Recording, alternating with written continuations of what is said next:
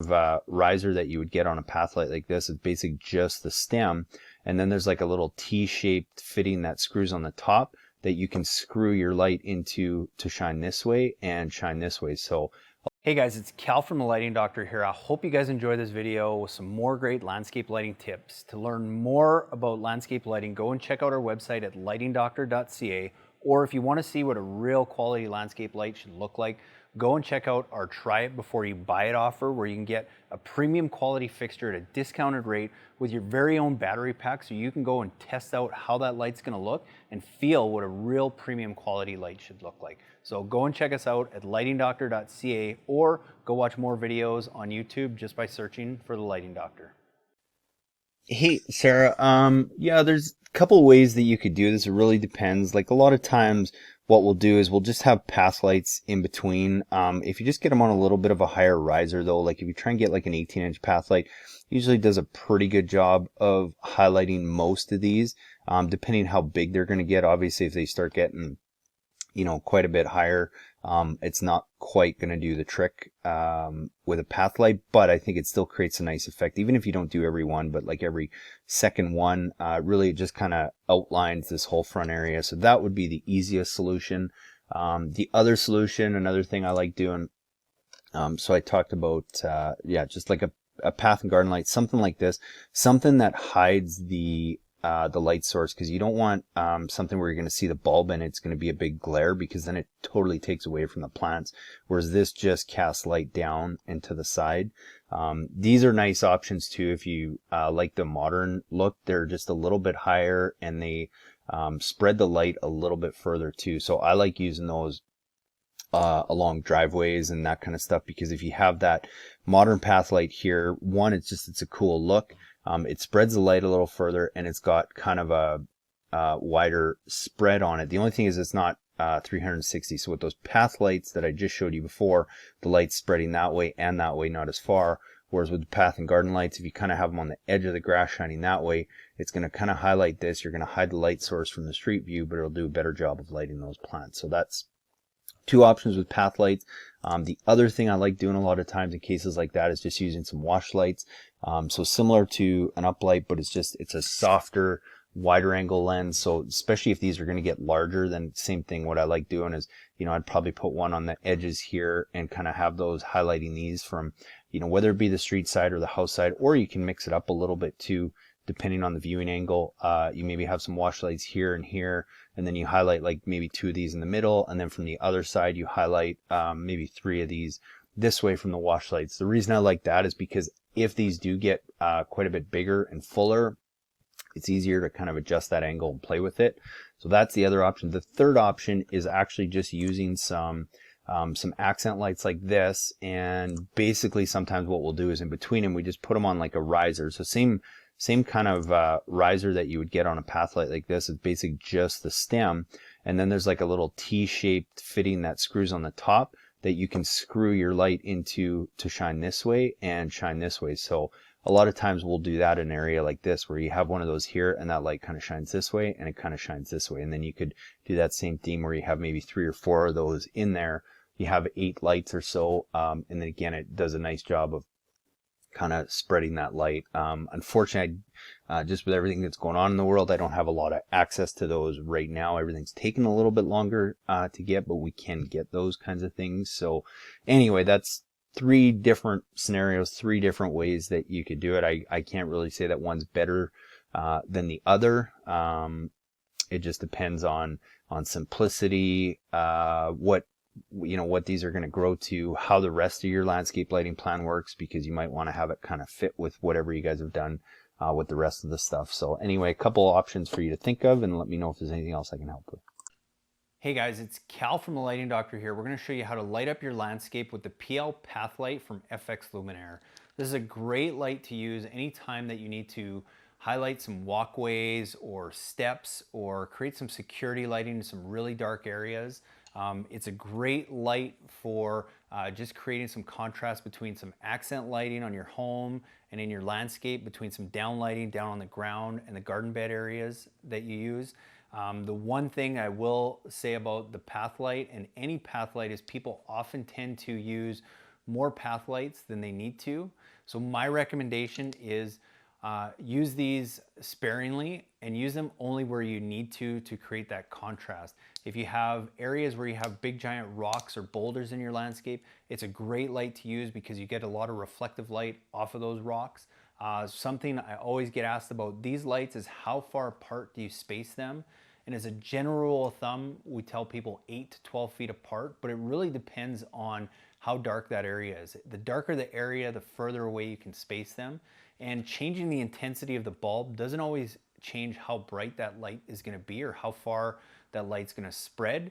It's more determined by the height of the riser. So in most of our kits, you're going to find a standard 12-inch riser that you can space between 8 and 12 feet, depending on how dark that area is.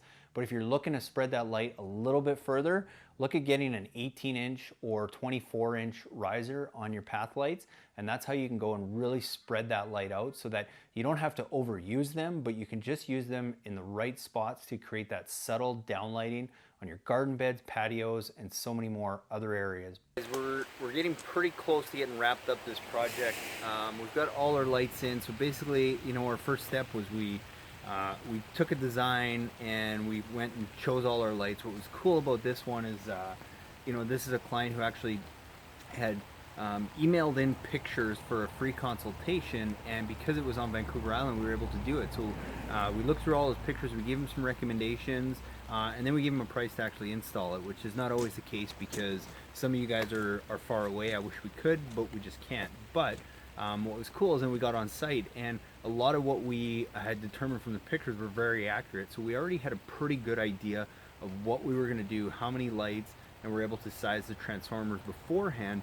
But sometimes, and it is often the case, we get on site and there's some things we want to add or some things we want to take away. So so that's how we go and then determine our transformer. So we'll always try and determine that based on a design. But the key is just leave it a little bit bigger if you're not sure, because you always want to make sure you have enough room. And if you're using an LED system, it's not as crucial that you get it the exact transformer as when you had a halogen system. With a halogen system, you had transformers that had multiple taps, and you really had to be careful that you were getting the right voltage to the right lamps, or you were just going to burn them out a lot quicker. But if you're getting an LED system, a lot of times you'll see on the box it'll say that your LED is usually rated from 9 volts all the way to 15 volts, which means it's going to operate within that range, whereas halogens was usually between 11 and 12, so you really had to do your math. With LED, that eliminates a lot of that. So a general rule of thumb, and if you have more questions about sizing your transformer and voltage drop and all that, go to YouTube and just search Lighting Doctor voltage drop. There's a video where I go into a lot of detail and show you a chart and everything. But general rule of thumb, on 300 feet of wire, you can put up to 100 watts and not really have any voltage drop issues, as long as you're using a larger transformer like this that has a 15 volt tap, which means you're starting at 15 volts and all the way down the line you might get down to 10 volts, but that's still going to run that light and it's still going to be as bright as it should because that bulb is rated from 9 to 15 volts. Again, assuming it's a good one. That's why we always say not all products are created equal, so you have to do some due diligence there. We do a lot of that in our kits, but just buyer beware. So basically, it's really simple to go and size your transformers. You take all your lights, you add up all the wattage of all the lights. So if you have a bunch of 5-watt up lights and you've got let's call it 20 of them, well that comes out to 100 watts. But you want to size that transformer a little bit larger, because depending on the efficiency of that bulb, the more efficient it is, the closer that actual wattage is going to be to 5 watts. But the least efficient or the lesser efficient bulbs are going to sometimes be almost 10 watts, even though the box says 10 watts, and that's something called their actual, it's called their VA, their actual wattage. So you got to be careful about that. That's why I always say size it a little bit more. But general rule of thumb, add up all your lights, and then size your transformer 20, 30, 40% more than that. If you don't want to have to worry about voltage drop, get a good transformer that has a 15 volt tap, and you can run 100 watts on 300 feet of line without running into that issue of losing any brightness at the end of the line. But that's basically it when it comes to a transformer. The only other thing I was going to mention is the timer options. Now, you know, you see a lot of the dinosaur looking timers where it's this little digital or this little analog wheel that you got all these little tabs you got to stick out. They got these different digital timers that you got to be a rocket science to operate. The nice thing is that a transformer like this, we use one of these. It's from Wion. It's a Wi-Fi timer. But basically, there's dozens of these on the market, and if you have a smart home system, have a look if they already have an outdoor plug, because that's all this is. It's basically a Wi-Fi plug for outdoors, and all you have to do is now, when you go plug this transformer into your GFCI receptacle, all you're going to do is you're going to flip this into the on position. So you're just going to leave your transformer in all the time. But this little thing here, where usually you would have a photocell, which again I highly recommend against, because photocells just fail all the time. You have to have your transformer in the right position, because if it's in a dark shaded position, your lights are going to be on all the time. So all those kinds of things. But to get back to it, basically where it says to plug in your timer or your photocell or whatever, all you have to do is unplug that, plug in your Wi-Fi plug, whether that be this one or whether that be one based on the smart home system you have. Go and plug it into there, and then you plug this guy into your plug-in, and then you just close that up, leave it in the on position, and then you can go and operate everything from your Wi-Fi plug. And usually most of these, you don't need a hub anymore. They have their own app, so you can just go download it, and it usually walks you through how to do that in 2 or 3 steps, and all of a sudden now you have a Wi-Fi landscape lighting system, but you haven't paid tons and tons of money for it. Another thing that we do a lot of times, because I get asked all the time, well, in my front yard, my backyard, I want to be able to zone them different so I can turn them on at different times, kind of like a sprinkler system. There is some really good systems that are out there that do that. They tend to be quite costly. They're great systems, but it depends on your budget. If you don't want to do that and spend that kind of money on a system, just go and use a separate transformer. You know, in this case, on this project, that's what we're doing. We've got one of these for the backyard and one for the front.